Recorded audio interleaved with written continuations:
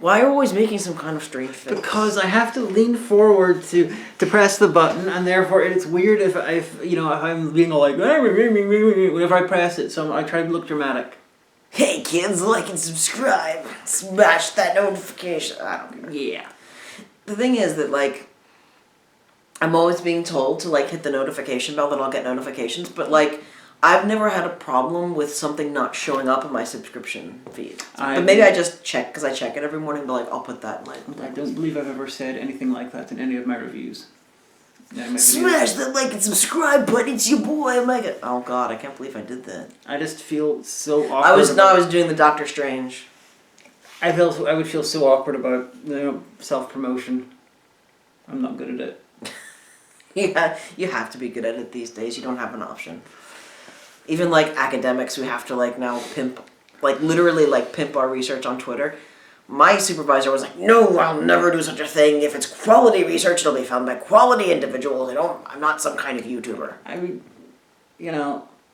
Isaac Newton would fail as a scientist today if academics have to do that. So that shows it's dumb. Well, my boss will always be like tweeting. Like we had a paper that came out, and she tweeted and tagged me, and I was like, "Don't do that." I'm not, because my Twitter does not have my real name on it. I mean, I guess if you know me, you can find my real name out. But, like, also doesn't have my work or uni affiliation because that's nobody's business. Because I say fuck and swear about the president, or President Trump, not Biden. But, like, I guess I could say fuck about Biden as well. But you know what I mean, so. You're just biding your time. But anyway, we discussed academia because we saw Doctor Strange 2. Strange. In the Multiverse of Madness. It wasn't very mad. It was kind of one scene of madness, really. Yeah, the madness was really... the multiverse part of the madness was this 40-second bit where they go through a bunch of different ones. And, that was nice, but I really want to swing longer, swing a bit more. Yeah, I thought there'd be, like, a trek through, like, unconnected spaces and, into, like paths, like, in between universes where if you step off the path, you'll be just torn asunder by chaos and oblivion. I was figuring there'd be something like the bit in What If, where Ultron Supreme battles the Watcher, which sounds like something from a Tokakatsu show, and they're basically going through all these realities during their battle, and just in the background you see like 5 seconds of different ones, including one where Captain America's being sworn in as president, just random stuff like that. That's what I was hoping for. Like that's where I figured there'd be a bunch of cameos of like ridiculous stuff, like maybe Hydra Cap, so stuff like this random shit going on. But so disappointed that wasn't in it.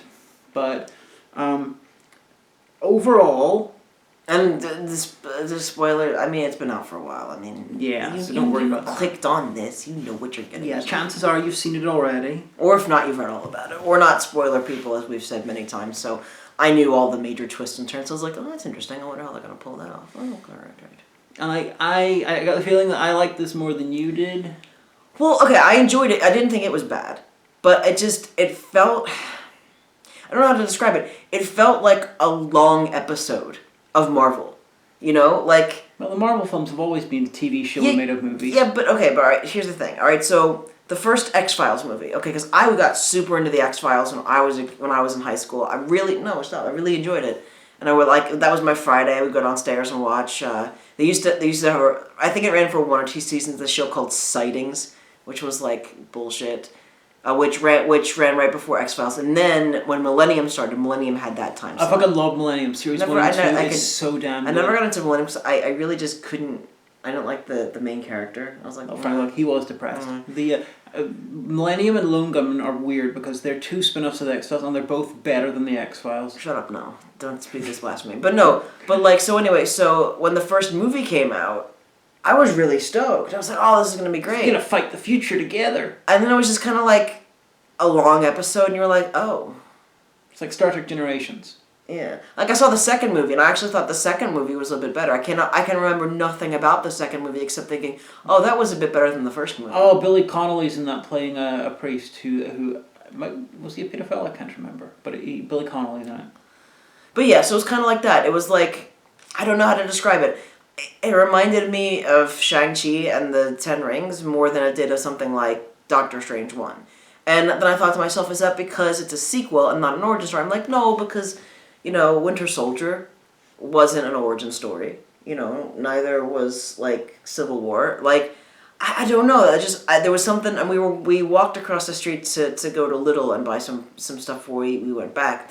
And I was saying on the way across the street that I guess something about the pacing and the act structure just fell off, and I couldn't put my finger on it. Like, at first I was like, maybe it's because you find out, like, literally quite in the beginning of the film that Wanda is the villain.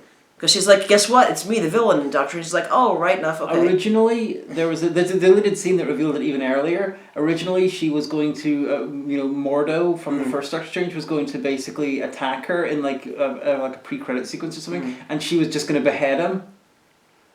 Oh, but I like your man. I like his voice. They cut that out, so they're going to be able to reuse him. But that was the original intention. Reveal she was the villain right from the get go. I do like his. He has a very very deep resonant voice. Though Shadow is like. Chiwetel Ejiofor, I think. Yeah, I like seeing him and stuff. He's good. He is good. But yeah, so I figured that would be like the kind of thing that's usually like a midway twist. Like, aha, it was me.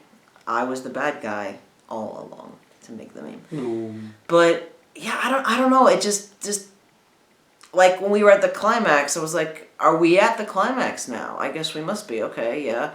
And then the denouement, and then we got the hook for the next one. I was like, oh, because like when he falls, like, oh no, in the third eye, I was like, oh, okay, we've got another 10, 15, 20 minutes that was a false climax. They're like, no, that's a sequel bait. I was like, okay, cool. And then we got the mid-credit thing with like, yes, this is definitely sequel hook. I was like, oh, great. I don't know, and it's not that I didn't enjoy it because I did, but like... You just thought it was started and ended in weird places. Yeah, and the thing is... Which is a recurring complaint about the series 2 of Star Trek Picard, apart from it being terrible, was that the story, they just seemed to end at a random point rather than actually a natural... Well, there was a conclusion. Like, they freed the girl, and now she's at Kamar-Tars studying to be, I guess, just another sorcerer. So she probably has extra things to do. And then, Wanda died? Asterisk? Nah. Not really. She meant to believe she did. I'm just going to quote, Professor Xavier, who has died many times, so, he's an expert. Mutant Heaven doesn't have pearly gates, but a revolving door. I pretty much, what's the comic, so no one's ever really dead. Ironically, the only 2 people who were really dead were, 3 people traditionally were Bucky, Uncle Ben, and Gwen Stacy. 2 of them, Bucky and Gwen Stacy, are back. I don't think Uncle Ben ever came back, though. Nah, well... He's so not come back in the MCU that he didn't he's in that character break room eating Danishes with Kevin Costner. He's just hanging out with the He's one like, above all. that was really weird how Superman didn't save you. I mean, like... Oh, I told him not to because I'm a dumbass. What an idiot. Like, my nephew, he's ready to die for me, but unfortunately, that's not how it went down. My death was tragic. You told your guy to kill you. You fucking idiot. You walked into a tornado, numbnuts. Jesus Christ. But anyway, so, yeah. But, ever since Endgame, with every single Marvel anything, and maybe it's because I'm older now, in my early 40s. I'm not done my sentence yet. Elderly. But I just get the feeling that, I enjoy this, but this is not for me. I feel like that I am incapable of enjoying this the way that Marvel intends for people to enjoy it, because I don't know every single bit of the deep lore. And anytime anything even Marvel related happens, there's a frame, there's a teaser trailer, there's a full trailer, I get the feeling that I should be so excited that I'm just basically vibrating into a different dimension with sheer pants-wetting glee and excitedness. And I'm like, oh, it looks good. And you're like, oh, no, but do you understand? They're saying on Twitter, you see that outline of a finger? That's obviously the finger of Agamemnon, and we saw that, and I'm like, oh, I don't give a shit. I realized you're doing a parody. That's almost exactly the foreshadowing we got for Wasp in Ant-Man in the Quantum Zone. Oh, who cares? Wasps are bad. But Wasp was the bad guy in this one. Not the Wasp, just a one, like an alien one. But it was but it was still there.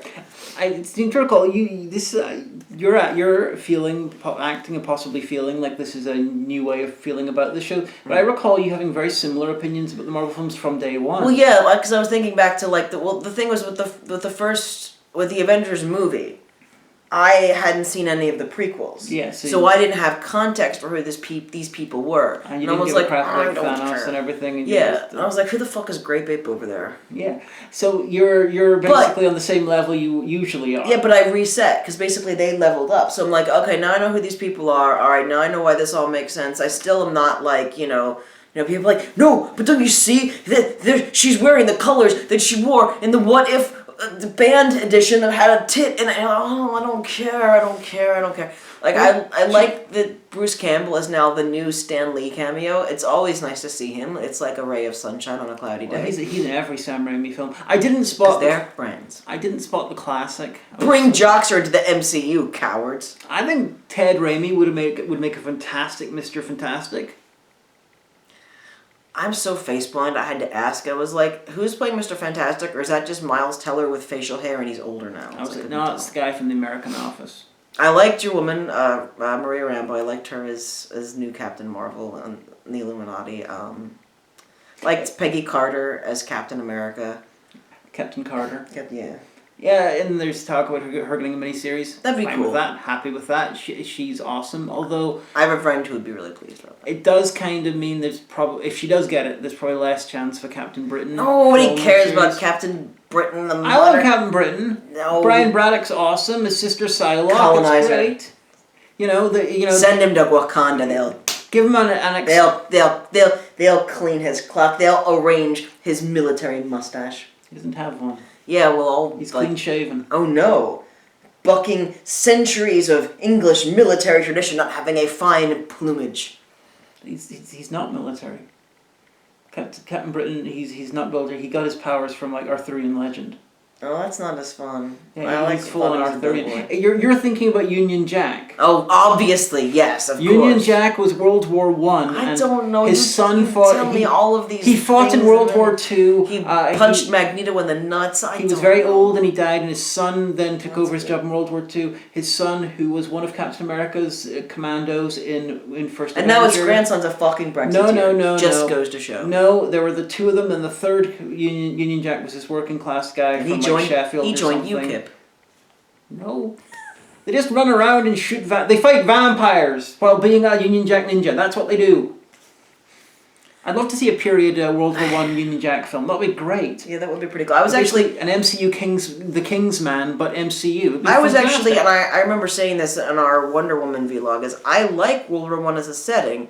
It was the Great War, and it seems to me that we've all just kind of forgotten about this. Yeah. Maybe because Nazis weren't involved. Like, there was no clear bad guy. It was just a big clusterfuck. Bastards being bastards to bastards. I'm talking about the generals and bosses there. I'm not talking about the average soldiers. They were victims kind of like, stand here, don't duck. We've invented the machine gun.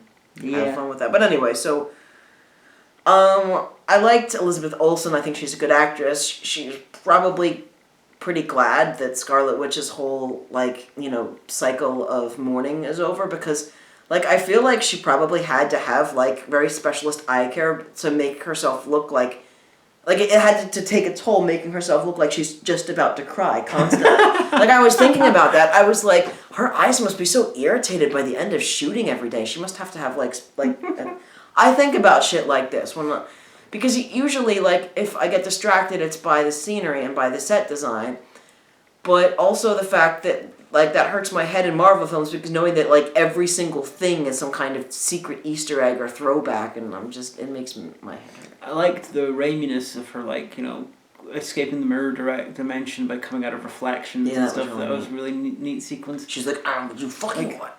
My only main problems with this, because I greatly enjoyed it, my main problems were the battle between Scarlet Witch and all the sorcerers of Kamar-Taj should have been much more insane than it was. They should have used all of the tricks from Doctor Strange 1 against her at once, come up with something truly crazy, and then she wins. I feel like, didn't you say that a lot of that stuff was cut for time? There was additional stuff with the Green Minotaur, who definitely should be something, because I thought to myself, wow, that's a shit ton of money to spend on all that CGI for an extra. I've read that there were some deleted scenes with him, but that was going to be towards the end of the film. Oh, okay. And the sequence with the Illuminati, there should have been more people with the Illuminati. Like, the Illuminati have your 5 people there, but they should have had, like, bodyguards and stuff, not just them and some Ultron drones. They're the Sentinels. They were Ultron drones. But not Sentinels with a capital S. Oh. Sentinels, like, standing guard. Ah. Their purpose was not to be a Roomba, it was for defense. Yeah. But did you recognize the voice is the guy who impersonates James Spader as Ultron for What If? Why would I have James done? Spader I voice? would never have known that. So they sound like Ultron, but not. But, like, for instance, the Illuminati, they should have had, each of them had, like, some sort of a bodyguard there because they're going to face someone who they think is dangerous. Like, for instance, have comic-accurate Wolverine, just have a stuntman in like, a comic-accurate costume, you know, make him short and hairy, make him as comic-accurate as possible, and then Wanda recreates the sequence in the 90s comics where Wolverine gets his adamantium ripped out of his skeleton. Do they have the rights to do that? Yeah, they have the characters. Yes, now. I know, but like I know that they have X-Men, but sometimes there's Yes. an asterisk. But like Yes. except for this one that appeared. And oh, Yeah, okay. they have all that. So what they could have done was, like, you know, he comes forward, he's about to stab her, and then you know, all heroic, you know, fanfare and whatever, and then she freezes him in place, and then she quotes Magneto in X-Men the first film, which is like, that remarkable metal doesn't go through your entire body, does it? And then, like, she just pulls the adamantium out of his skeleton, recreating that frame, and then liquefies it, and then covers Captain Marvel's head in it, and then you know, shoving it down her throat and up her nose, and then solidifies it. That's a bit more of a... Is adamantium or vibranium stronger? Adamantium. Okay. So, with that Where one... do you mine adamantium from? What country is that? There's a very tiny amount. It came from space. Wakanda's got all the Wakandans like sneak like under the holographic border every so often with like wee metal detectors trying to find some adamantium. I think it came from space, but it might have been artificial. I'm not sure. It might be like a cross thing of vibranium and something else. But it's my suggestion there. You've got the Wolverine one. Like, that's horrific. Just leave him there bleeding. You know, will he be able to survive? Who cares? And then, you know, Captain Marvel. It's like in the film, it looks a bit dodgy that she gets crushed by a statue, which Carl Danvers could survive. Like, my assumption there is that Wanda rewrote reality to depower her, make her normal human, and then killed her. Yeah. But if with my suggestion for this little rewrite, you have it where she's going to be suffocated by adamantium unless she can use her powers to blast herself free. And can she actually use her powers to blast adamantium off her face? I doubt it. Yeah, but that didn't happen. Yeah, just my suggestion. You could have had the Thing there. The wee girl who played America Chavez, I liked her. I think she did a good... A lot of times, child or teen actors get on my nerves, but she did not. I like that she had the little pride, like complete pride flag, including people of color and trans. I was like, oh, good on you. Yeah. And I liked that it must have blown people's minds that like the first dialogue is in Spanish in the movie. They're like, no, not Spanish, I can't. Like, well, they didn't show enough variety with the alternate Doctor Stranges. They do kind of bleed into together because they're all wearing like blue and red, and they all have like different kinds of facial hair. Like, I really think the Defender Strange, the one with America Chavez, he should have had like Benedict Cumberbatch's actual accent, for instance. And then the heroic Strange who gets killed on Titan, maybe make him have shaved head and wear something a bit like the Ancient One. You know, just to have extreme variety to make him very easy to tell apart. Well, characterization-wise, I like Wong. He is a great character. At first, he was just kind of like this, like, you know, character who was significant and there, but kind of comic relief. But like, I really like him and his place in the MCU. He turns up when he's needed, and he's like, "It's me. I'm the Sorcerer Supreme. You didn't expect that, did you? Haha." I kind of did, because there's no reason for Stephen Strange to be Sorcerer Supreme. Well, everybody would probably just expect that, you know. Because he just became a sorcerer. Yeah. I expected one of the guys I expected the Japanese guy in Kamertage who never said anything in Doctor Strange 1 to be the next Sorcerer Supreme. Because, you know, he's at the base, he's not like on one of the little guard posts. Yeah. But also, characterization-wise, I don't care about Christine. Like, she's well acted. Rachel McAdams does like a good job at acting, you know. But the thing is, like, she's just no nonsense, and she's a competent, smart woman, you know. Yeah. Like, she doesn't really have an arc. Like I know that like the thing is, everyone wants them to get together, but it's pretty obvious that, you know, maybe in some universes they do, in some universes they don't, but like that they don't, and that's fine. You know, so she's like, "Oh no, Steven," and he's like, "I'd love to show you the world, shining, shimmering splendor," and she's like, "That's okay," and he's like, "All right." I was like, well, like I mean, no offense, but like, don't keep bringing the character back. They're not. She's grand by herself, and then what did you say? Because we were talking about this the other day. That she's basically, is this the house comparison?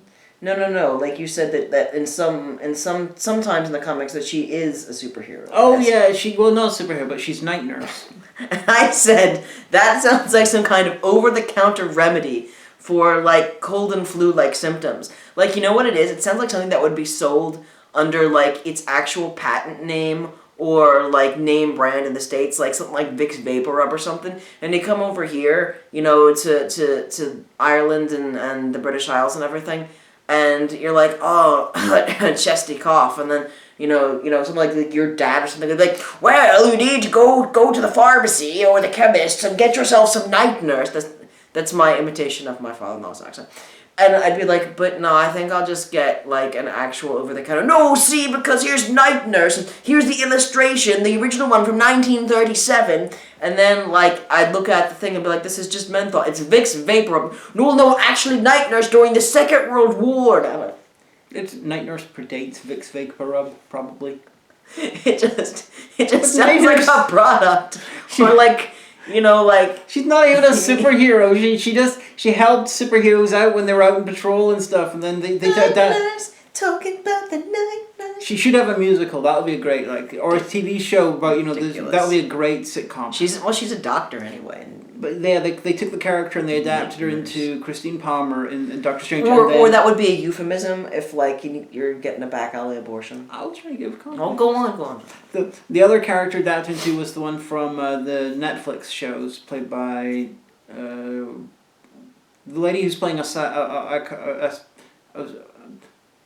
she's in Star Wars now, playing the orange animated alien whose name completely everything about her name is completely abandoning my mind right now. She was in Alexander playing Roxanne.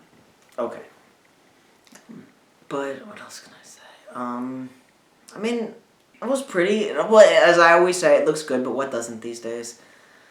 Like, I did enjoy the little bits of Danny Elfman putting like the X-Men animated series theme in there. Yeah, when they came out, like music score by Danny Elfman, I was like, right, I didn't know he was still composing. I thought he was just hanging about being rich or something. And he also used a little bit of the WandaVision theme, which was very nice too. Whenever the Doctor Strange goes to visit her, which was very, very nice. And the kids who played her children asterisk. Mm-hmm.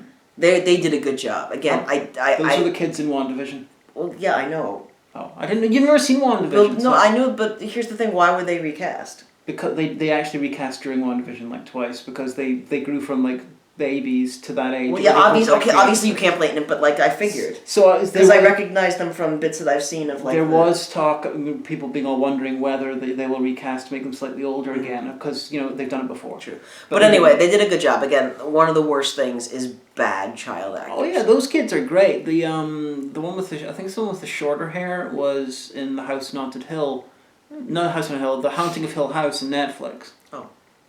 Which is excellent, by the way. What else is there to say? I like that he has like new like magical tricks that he's learned since last time. Like obviously he's been studying, but like I could have dealt with more of that. Like see that was the thing you do understand that okay time is passing between films. I know that some of them overlap and occur on the same day and stuff. I like the shade being thrown at Spider-Man because he's my least favorite Marvel character. The originally this was supposed to come before No Way Home. Mm-hmm. And because in No Way Home, Doctor Strange basically is a slightly out of character, and this plot happens in No Way Home because Doctor Strange is a bit crap. Yeah. But because originally the idea was Multiverse of Madness, and then Spider-Man would happen, and Doctor Strange would refuse to help him, and instead America Chavez would try to help him, and then she'd do a spell using her multiverse of powers, and that's what would bring the villains and the other Spider-Man there, which makes much more sense.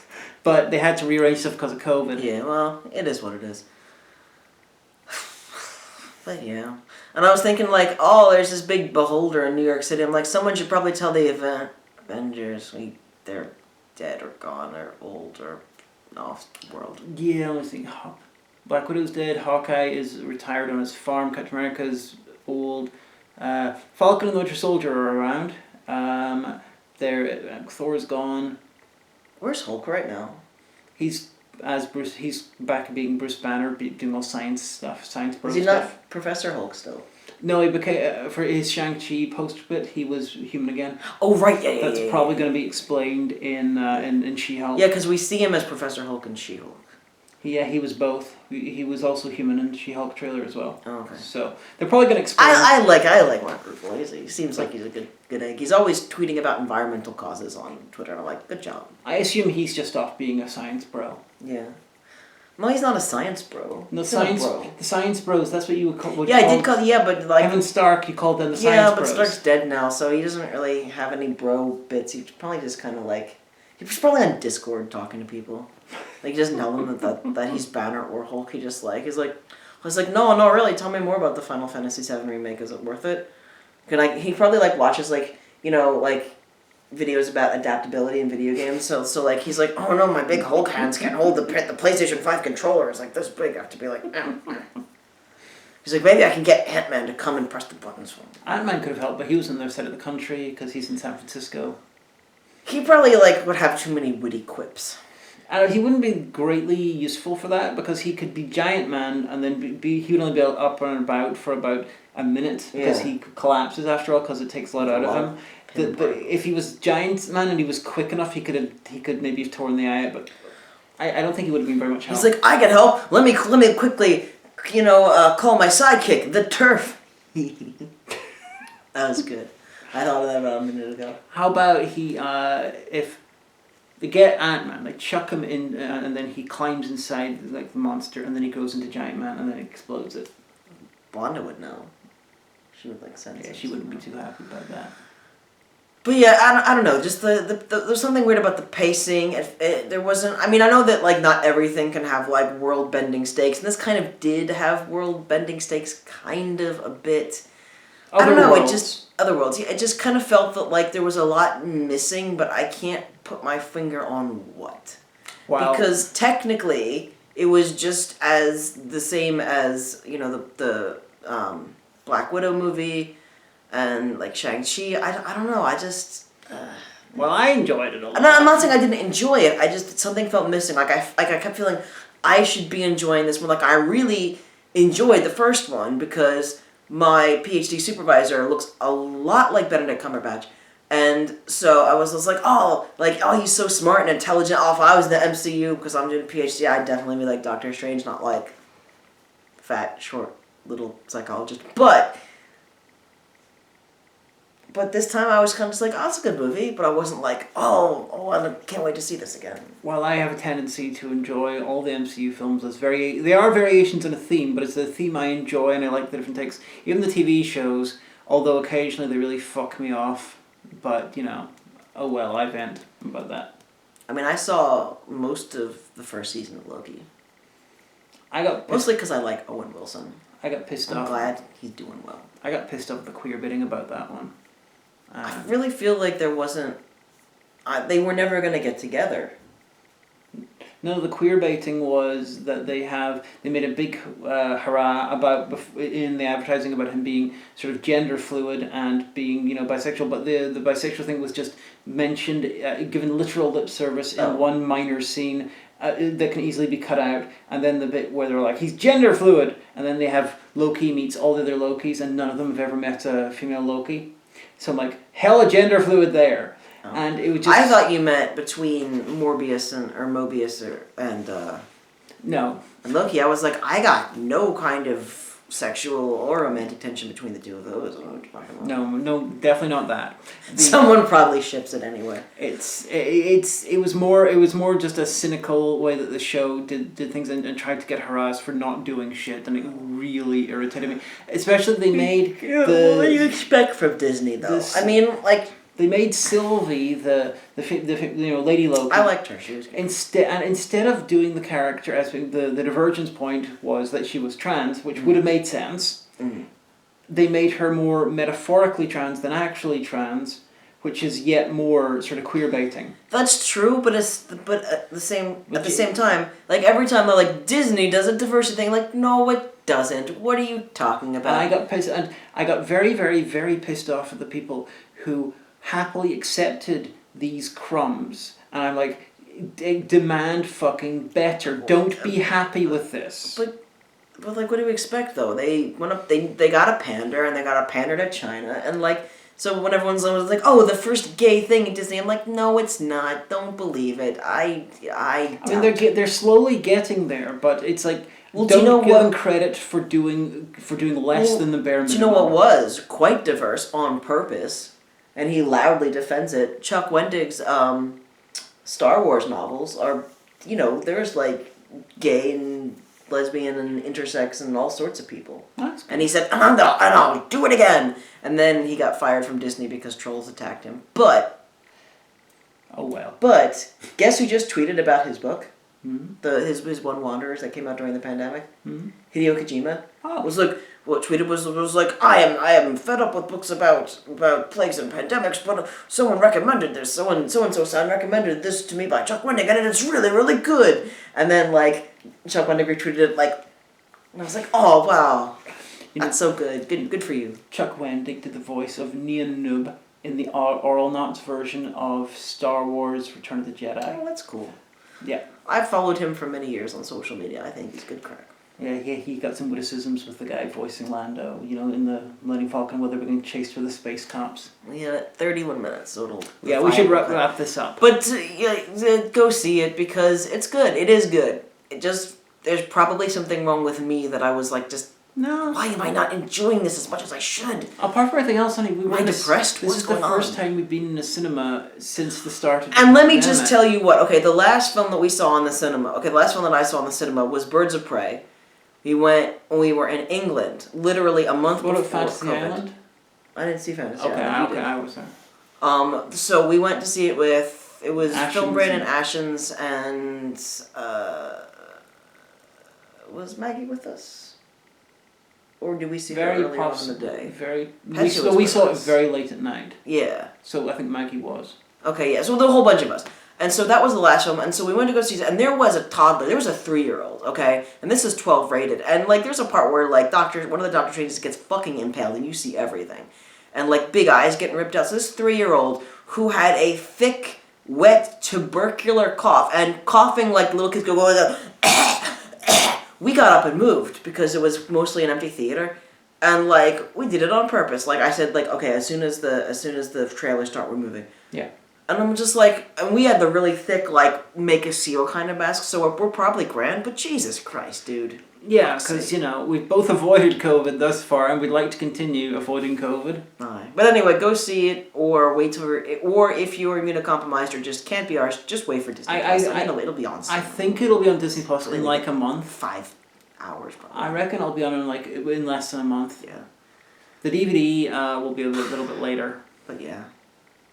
So we'll see you in Phase 2. Oh, it is Phase 2. No, it's Phase 1, Phase 2, Phase 3, and this is Phase Wong. Because he's been in Shang-Chi, he's been in this, he's been in the She-Hulk, so this is Phase Wong. Excelsior. That's all I can say. Oh, I can't find a button.